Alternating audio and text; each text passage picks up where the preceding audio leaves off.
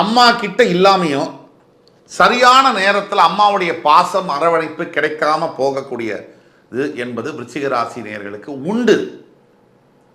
அதே மாதிரி உங்கள் ராசிநாதனே 6ஆம் இடம் மேஷராசிக்கு அதிபதியாக வருவதனால் எதிரியை நீங்கள் தேட வேண்டியதில்லை. கண்ணாடியில் பாருங்கள், உங்கள் முக கண்ணாடியில் பாருங்கள், உங்கள் எதிரி யார் என்று உங்களுக்கு தெரியும், பளிச்சுன்னு தெரியும். ரெக்கார்டே பண்ண வேண்டாம், டெய்லி பார்த்துக்கலாம் எதிரிய. நீங்கள் உங்களுக்கு எதிரான முடிவுகளை எடுக்க உங்கள் மனம் முற்படும். அதுக்கு நீங்க காரணம் இல்லை, உங்களுடைய பிறவி ரகசியம், ஆண்டவன் எழுதிய தலைவிதி காரணம். உங்களுக்கு வேண்டாத முடிவுகளை, உங்களுக்கு வேண்டாத பேச்சை நீங்க பேசுவீங்க, உங்களுக்கு தேவையில்லாத எண்ணங்களை யோசிக்கிறது, உங்களுக்கு வேண்டாத செயல்களை நீங்கள் செய்வது, இதெல்லாம் நடந்தே தீரும். இது ஒரு பக்கம். இப்ப வருவோம் 6வது மற்றும் 7வது தலைவிதி.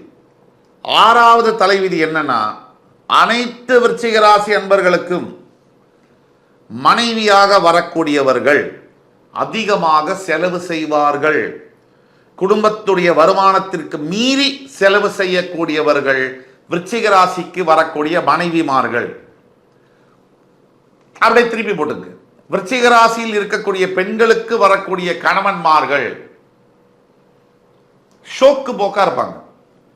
நிறைய காஸ்மெட்டிக்ஸ் யூஸ் பண்றது, சென்ட் திரவியங்கள், வாசனை திரவியங்களை பயன்படுத்துவது, 55 வயசு ஆனாலும் 25 வயசு பையன் மாதிரி நடிக்க பார்ப்பாரு. இதுதான் விருச்சிக ராசியில் இருக்கக்கூடிய பெண்ணுடைய கணவன்மார்கள் செய்யக்கூடியது. கலைத்துறையை நாடுவார்கள், என்டர்டெயின்மெண்ட், ஜாலியா இருக்கணும்னு ரொம்ப விரும்புவாங்க.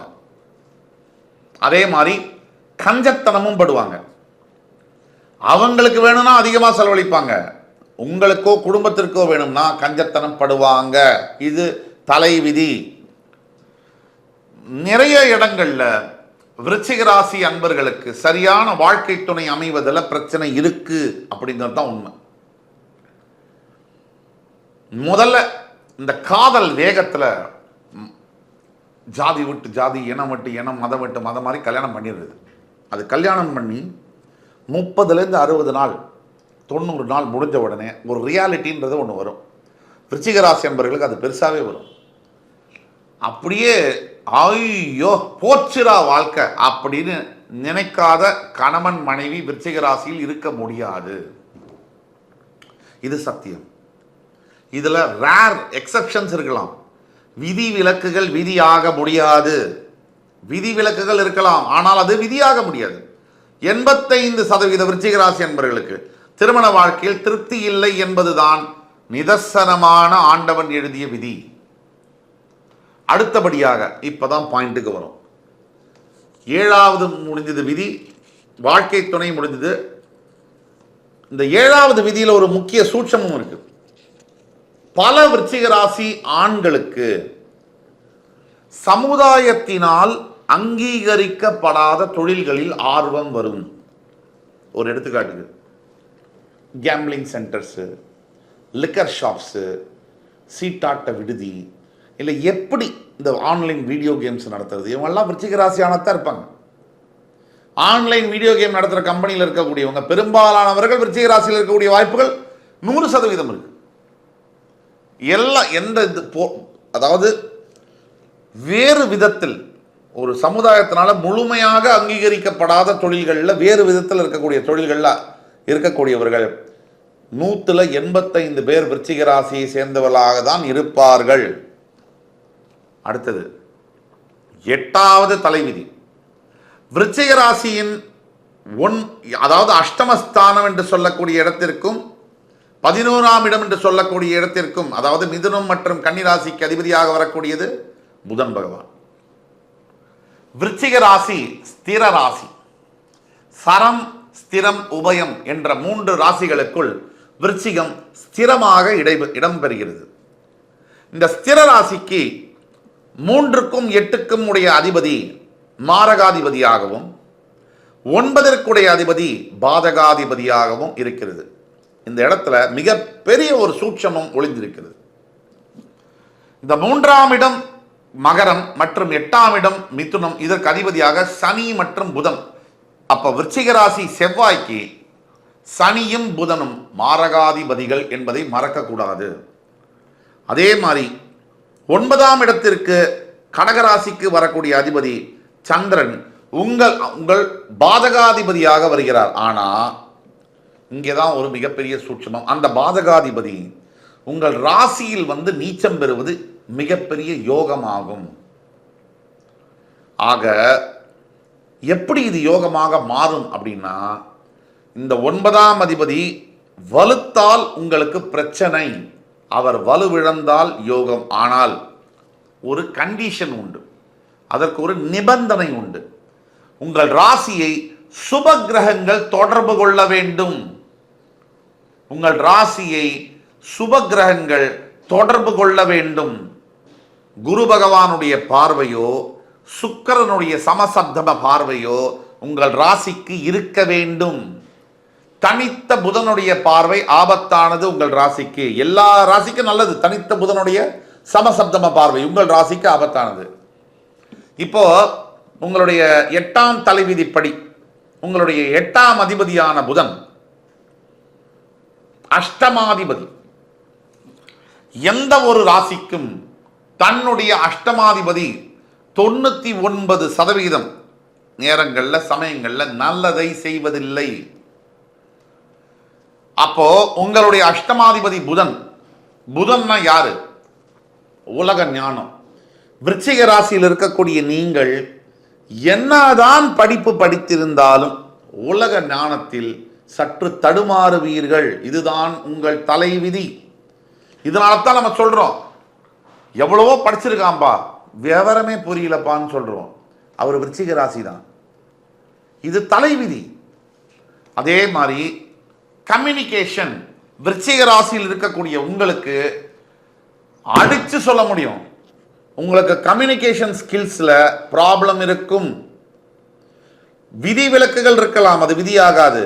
95% விருச்சிக ராசி என்பவர்களுக்கு கம்யூனிகேட் பண்றது, புதனுடைய காரகத்துவம் கம்யூனிகேஷன் ப்ராப்ளம் இருக்கும். அகட விகடம் எதையும் சீரியஸா தான் நீங்க எடுத்துக்குவீங்க. நீங்க ஜோவியலா ஃபன்னியா இருக்கவே முடியாது. இது உங்கள் தலைவிதி. 8ஆம் இடத்திற்கு அதிபதியான புதன் அகட விகடம், கம்யூனிகேஷன், பேச்சு திறமை, இதெல்லாம் உங்களுக்கு பாதிப்பு இருக்கும். உங்களுக்கு இருக்கக்கூடிய இது தாண்டவன் எழுதிய விதி.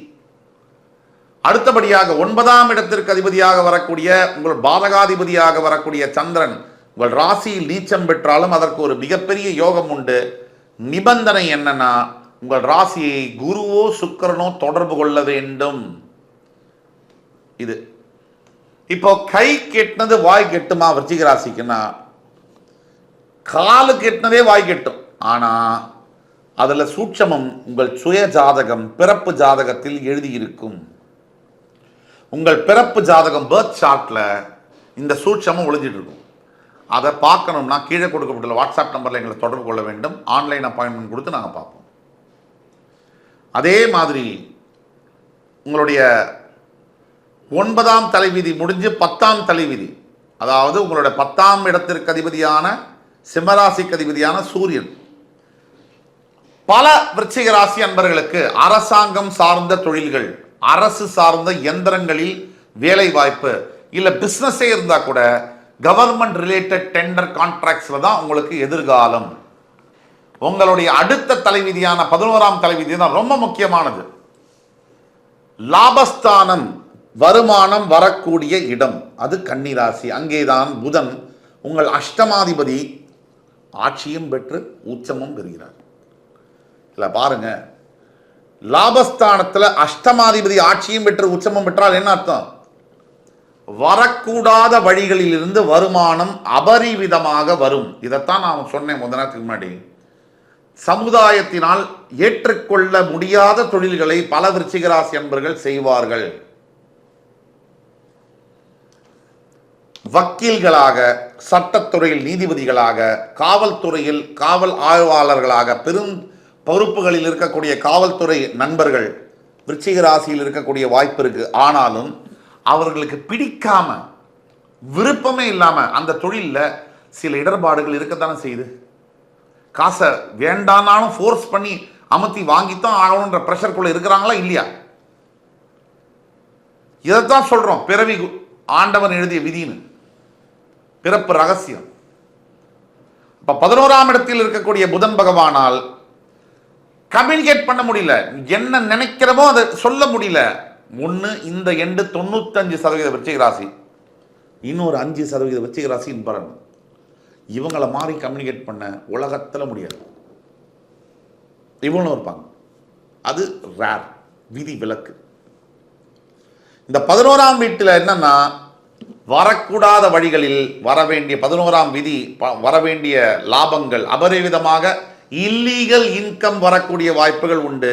லீகலா இன்கம் வந்தாலும் கூட அதில் கூட கொஞ்சம் கருப்புத்தன்மை கலந்தே இருக்கும். இது விதி, ஆண்டவன் எழுதிய விதி. கடைசியா 12ஆம் வீடு, உங்களுடைய 7ஆம் வீட்டிற்கு அதிபதியாக வரக்கூடியவரே 12ஆம் வீட்டிற்கு தலைவிதியாக வருகிறார். இதுல சொல்லக்கூடாத சில விஷயங்கள் இருந்தாலும் சொல்லியே தீர வேண்டும். 12ஆம் வீடு என்பது தாம்பத்தியத்தை குறிக்கிறது.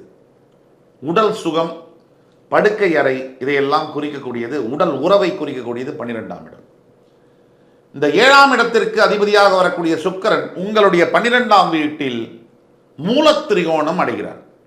சுக்கிரன் காம இச்சை, அடுத்த இனத்தினுடைய கவர்ச்சி, எல்லா விதமான அட்ராக்ஷன், காதல், களிப்பு, சுகபோகமாக வாழ்வது, லக்ஸரி, இது அத்தனையும் குறிக்கக்கூடியது இந்த சுக்கிர பகவான். அவர் உங்களுடைய 12ஆம் வீடு படுக்கையை குறிக்கக்கூடிய இடத்தில் மூல திரிகோண ஸ்தானம் அடைகிறார். பல விருச்சிக ராசி அன்பர்களுக்கு உடல் உறவில் திருப்தி ஏற்பட முடியாது. இது தலைவிதி. உங்களுடைய வாழ்க்கை துணையானாலோ, உங்களால உங்கள் வாழ்க்கை துணைக்கோ, இல்லை வாழ்க்கை துணையால உங்களுக்கோ ஏதோ ஒரு வகையில் இந்த பிசிக்கல் சாட்டிஸ்ஃபேக்ஷன், கண்டென்ட்மெண்ட் அப்படிங்கிறது ஏற்படுறதுல மிகப்பெரிய சேலஞ்சஸ் இருக்கும். இதற்கும் விதிவிலக்குகள் உண்டு. விதிவிலக்குகள் விதியாகாது. ஒட்டுமொத்தத்தில் இத்தனை தலைவிதிகள் விருச்சிக ராசிக்கு இருக்கு. ஆனால் நீங்கள் எதை எதிர்பார்க்கலாம்? ஒரு 3-4 புல்லட் பாயிண்ட்ல பார்ப்போம். முதல்ல நீங்க எதை எதிர்பார்க்கணும்? உங்களுடைய நண்பன் சத்தியமா உங்களுக்கு ஹெல்ப் பண்ண மாட்டான். இது பாயிண்ட் நம்பர் 1. உங்களுடைய கணவனோ மனைவியோ இருக்கிற மாதிரி இருக்கும், ஆனா இருக்காது. வரும், ஆனா வராது. உஷாரா இருக்கணும். அடுத்து உங்களுடைய எதை எதிர்பார்க்கலாம்? உங்கள் வாழ்க்கை துணைக்கும் உங்களுக்கும் கேட்டகாரிக்கல் டிஃபரன்ஸ் இருக்கும். ஆரம்பத்திலிருந்தே கருத்து வேறுபாடுகள் ஸ்டார்ட் பிளே பால் நம்பர் 1லேருந்து இருக்கும். என்ன டிஃபரன்ஸ் இருக்கும்? அவங்களுடைய சிந்தனை, செயல்பாடு எல்லாமே வேற மாதிரி இருக்கும். நீங்க டோட்டலா வேற மாதிரி இருப்பீங்க. இதற்கு நடுவில் தான் பயணத்தை நடத்தணும்.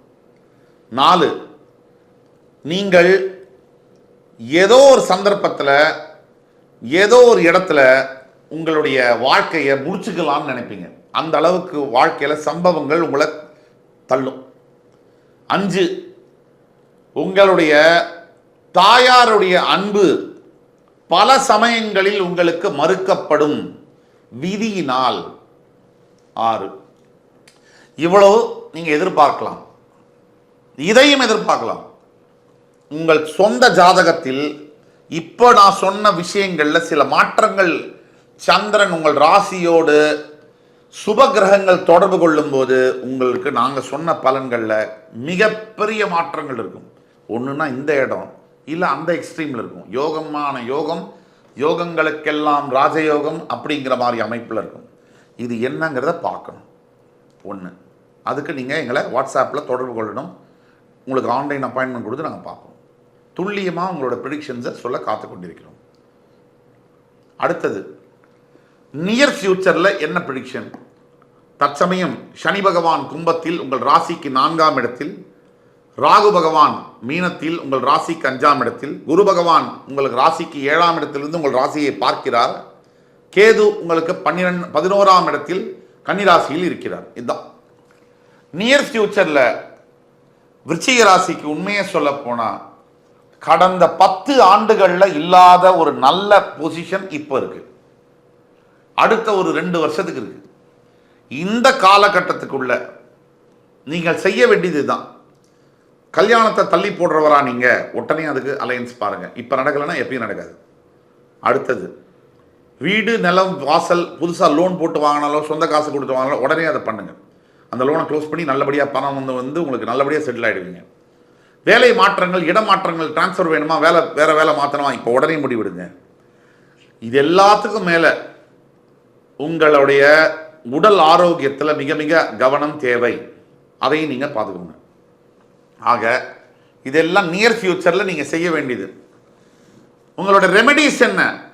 விருச்சிக ராசி அன்பர்களுக்கு முதல் நீங்கள் செய்ய வேண்டியது வாழ்க்கையில், சத்தியமா சொல்றேன், ஓம் பூர்பவ சுவஹ தத்சத் பிதர்வரேண்யம் பர்கோ தேவஸ்ய தீமஹி தியோ யோன பிரச்சோதயாத்.